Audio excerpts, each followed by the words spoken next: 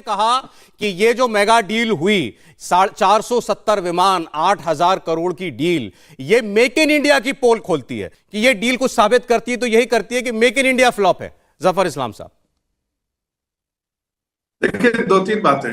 पहली बात कि आलोक शर्मा जी को यह समझना चाहिए और शायद उनको अपने इतिहास, अपनी सरकारों का इतिहास देखना चाहिए कि जब भी डिफेंस में कोई डील होती थी, कोई भी, तो सबसे बड़ी जो उन्होंने जो एक ऐसा स्ट्रक्चर बनाया था कि डिफेंस प्रोक्योरमेंट पॉलिसी में ऐसा रखा था कि सब सामान जो है, इवन पार्ट्स जो है, स्पेयर पार्ट्स, वो बाहर से ही आए, इसलिए कि मिडिल मैन और कमीशन की जो है राजनीति वो करते थे। अब हमने जो पॉलिसी चेंज की तो इंडिजिनसली कुछ जो साल के बाद आलोक जी मैं आ जाऊंगा, आप एक दूसरे के ऊपर बोलेंगे, किसी की बात समझ में नहीं आएगी। आप लोग दोनों क्योंकि जूम लिंक पर हैं शायद। जी, मेरा समय मैं बोल रहा हूँ, टेक्नोलॉजी ट्रांसफर की कंडीशन हमने लगाई है, इंडिजिनसली हम उसको बनाएंगे, ये हमने कंडीशन लगाई है, और इससे स्पेयर पार्ट्स भी बन रहा है, नौकरियां मिल रही, देश आत्मनिर्भर भी बन रहा है। और फ्रीडम ऐप से सीखकर आपने पौधशाला की शुरुआत की है क्या? अगर ऐसा है तो आप अपने पौधों को 1 करोड़ फ्रीडम ऐप के जो ग्राहक हैं उन्हें बिना किसी खर्चे के आप उसे बेच सकते हैं। जो है वो मेक इन इंडिया भी हो रहा है, और ये सब चीजें जो इनके आंखों के सामने हो रहा है, अब कोई मिडिल मैन नहीं रहता। आप देखिए, आप जहां तक बात है एयरलाइंस की बात है, मैं खुद एयर इंडिया में डायरेक्टर रहा हूं। सबसे बड़ी मजबूरी हमारी होती थी, कई बार हम लोग को प्लेन को ग्राउंड करना पड़ता था, इसलिए कि उसका इंजन जो है वो जो बाहर के इसमें फाइनेंसिंग होती थी, बनती थी, दोनों चीज बाहर से होता था।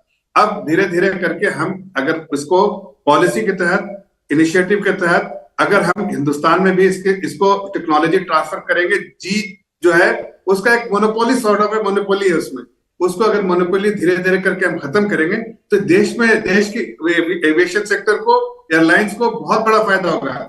जेट एयरवेज की बात करते हैं तो जेट एयरवेज के लिए आप लोग जिम्मेदार हैं, पूरे तौर से आप लोग जिम्मेदार हैं।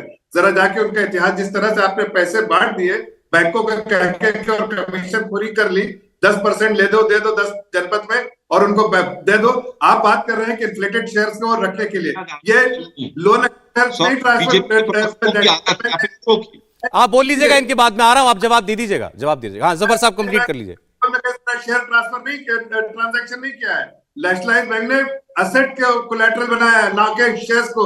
शेयर्स एडिशनल सिक्योरिटी हो सकती है, प्राइमरी सिक्योरिटी जो है कोलैटरलाइज लोन दिया है। चलिए ठीक है जफर साहब, आपने कहा मेक इन इंडिया हो रहा है, डिफेंस इक्विपमेंट में मेक इन इंडिया हो रहा है, हम विदेशों की मोनोपोली को तोड़ रहे हैं, जेट को डुबाया तो कांग्रेस पार्टी ने डुबाया। ठीक, एक बार जवाब ले लेता हूं मैं, बोलिए आलोक जी। देखिए, मुझे लगता है 9 साल के बाद, सत्ता में रहने के बाद, ये सरकार पंडित नेहरू को अभी तक कोसना नहीं भूली। अगर हमने कहीं किसी को डुबोया था, हमने अगर किसी को गलत तरीके से लोन दिया था, तो आपकी सरकार पकौड़े तल रही है। 2-4 को तो जेल में डाल देते भाई। राफेल में 126 एयरक्राफ्ट आने थे, वो आए 36, और टेक्नोलॉजी ट्रांसफर वहीं रास्ते में रुक गई। और जो 550 करोड़ का एक जहाज था, वो 1626 करोड़ का हो गया। अब मिडिल मैन हो गई सरकार, हमारा ये आरोप है। अच्छा। हमारा आरोप है भाजपा पैसे खाती है शेल कंपनीज के, जांच कराइए। हमारा आरोप है कि 42,000 करोड़ रुपया जो एक शेल कंपनी के माध्यम से मॉरिशस से रातों रात अडानी की कंपनियों में इन्वेस्ट हुआ, उसमें नोटबंदी का और भाजपा के नेताओं का पैसा है, उसमें ड्रग्स का पैसा है, उसकी जांच से क्यों भाग रहे हैं आप? क्योंकि अडानी से आपका याराना गहरा है। सवाल ये है, आप जेपीसी से मत भागिए, जेपीसी करवा दीजिए, सरकार गिर जाएगी। साहब जी, जेपीसी करवा दीजिए, जितने अर्थशास्त्री ढूंढने से नहीं मिलेंगे, सरकार गिर जाएगी, टीवी पे बैठ सरकार गिर जाएगी जेपीसी से। अरे काले करने वाले। अच्छा ठीक, आपने कहा कि जफर इस्लाम ने आरोप लगाया कांग्रेस की सरकारों में बिचौलिए मिडलमैन होते थे, वो कह रहे हैं आज सरकार ही मिडलमैन हो गई है। टेक्नोलॉजी का उन्होंने बात की, कौन सी टेक्नोलॉजी आ रही है? एक सेकंड जरा जी, अभिजीत इस पर टेक्नोलॉजी पर ही बोलना भी चाह रहे थे, बोलिए। जो इन्होंने मैं आ रहा हूं जफर साहब, आ रहा हूं, बोलना शुरू कर चुके हैं, 1 मिनट जरा सुन ले, जरा मैं आ रहा हूं, फिर आ रहा हूं, बोलिए अभिजीत, बोलिए। देखिए, जो राफेल की बात हुई थी, उसमें जो टेक्नोलॉजी ट्रांसफर है, हैरानी की बात है कि जो अंबानी ने जो फैक्ट्री, वो फॉल्कन 50 जो बिजनेस जेट है उसको प्रोड्यूस करने के लिए बना के रखा है, वो बहुत अच्छा कर रहा है। आजकल वो 10 का 40% जो बिजनेस है वो उसी से आ रहा है, जो पुणे के बाहर बनता है। और वो आजकल दासो का टॉप सेलर है, क्योंकि जो एक हायर एंड एयरक्राफ्ट था उसका उन्होंने मिडिल एयरक्राफ्ट बना के अब बेचना शुरू कर दिया। तो वो टेक्नोलॉजी ट्रांसफर तो बहुत अच्छा रहा है, एक्सपीरियंस भी बहुत अच्छा रहा है। शायद जाके उनको भारत में कौन पार्टनर है उसका? अंबानी जी, अनिल अंबानी जी। अच्छा।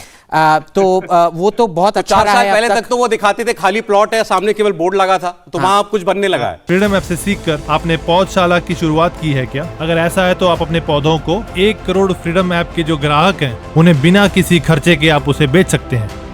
बनने लगा है, एक्सपोर्ट होने लगा है, और अब जो पेरेंट कंपनी है फ्रांस में दासो का 40% रेवेन्यू उसी से आता है। अब ये जो बोइंग एयरबस के साथ डील हुई है, बोइंग एयरबस ये तो प्राइवेट कंपनी ने, टाटा ने की, ये भारत में भी कुछ लगाएंगे पैसा अपना? ये किसी तरीके से हमारे यहाँ पर जॉब्स में हेल्प करेंगे? इसमें जॉब्स में क्या हेल्प आएगा कि जो इंजन है, जो एयरक्राफ्ट का जो सबसे मुख्यतम टेक्नोलॉजी है, इंजन के बगैर गाड़ी नहीं चल सकता, इंजन के बगैर प्लेन भी नहीं चल सकता, वो सबसे इंपॉर्टेंट टेक्नोलॉजी है, वो अब हिंदुस्तान में आएगा। अच्छा, ठीक है ना? और वो बहुत ही महत्वपूर्ण है, क्योंकि उसी से सब कुछ चलता है। जब आपका इंजन चलेगा तो बाकी सब तो एड ऑन ये होता है ना।